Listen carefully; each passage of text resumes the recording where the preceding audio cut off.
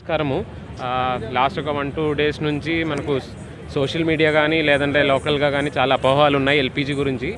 మనకు జిల్లాలో అయితే ఎటువంటి అలాంటివి ఇష్యూస్ లేవు. ఎవరైనా ఎల్పిజి కావాలంటే మామూలుగా ఆయిల్ మార్కెటింగ్ కంపెనీస్ ద్వారా వాళ్ళు రెగ్యులర్ సిస్టంలోనే ఏ విధంగా అప్లై చేయాలో ఆ విధంగానే అప్లై చేసుకోవచ్చు. ఎవరైతే ఫస్ట్ అప్లై చేస్తారో వాళ్ళకి ఫస్ట్ ఇన్ ఫస్ట్ అవుట్ బేసిస్లో ఇప్పుడు ఎల్పిజి అందరికీ కూడా సప్లై చేయడం జరుగుతున్నాయి. నా ఒకటే కోరిక ఏంటంటే, రిక్వెస్ట్ ఏంటంటే, జనాలు ఏవి కూడా అదనంగా మీరు అంటే రాబోయే కాలంలో ఎటువంటి ఇష్యూ ఉంటాయని, స్కార్సిటీ ఉంటాయని అపోహాలతో కొత్తగా బుక్ చేయడానికి అవకాశం లేదు.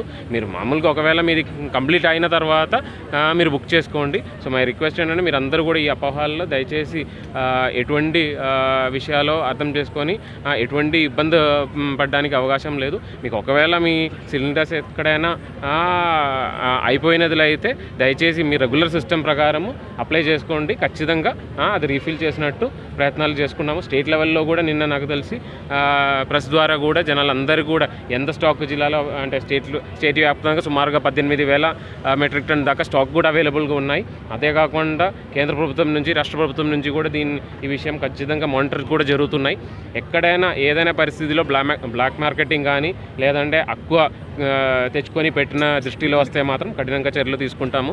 ఆల్రెడీ జిల్లా స్థాయిలోనే ఒక 6 టీంలు రెవెన్యూ అదేవిధంగా పోలీస్ అన్నీ కలుపుకొని టీంలు వేయడం జరిగింది. అలాంటివి ఏదైనా ఇష్యూస్ ఉన్నాయంటే దయచేసి డిస్ట్రిక్ట్ సప్లై ఆఫీసర్కి తెలియజేయాలని కోరుతున్నాను. కానీ రెగ్యులర్ డొమెస్టిక్ సప్లైస్కి అయితే ఎటువంటి ఇబ్బంది లేదు. దయచేసి ఎవరు కూడా ఊరికే 3-4 సిలిండర్లు ఆర్డర్ చేసుకొని వాళ్ళ ఇంట్లో పెట్టుకోవద్దని దయచేసి కోరుతున్నాను. అందరూ కూడా ఎక్కడైతే కంప్లీట్ అయి ఉన్నారో ఖచ్చితంగా మీరు అప్లై చేసుకున్నది అయితే ఫస్ట్ ఇన్ ఫస్ట్ అవుట్ బేసిస్లో రీఫిల్ చేస్తామని కోరుతున్నాను. Thank you.